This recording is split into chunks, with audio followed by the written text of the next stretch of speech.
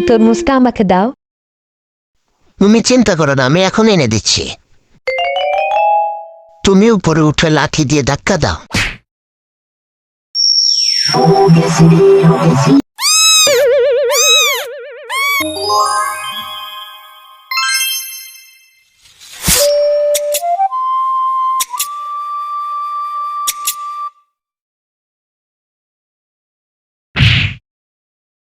Wow!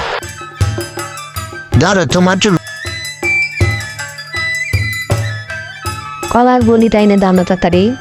আমি এখন এনে দিচ্ছি। তাড়াতাড়ি করো।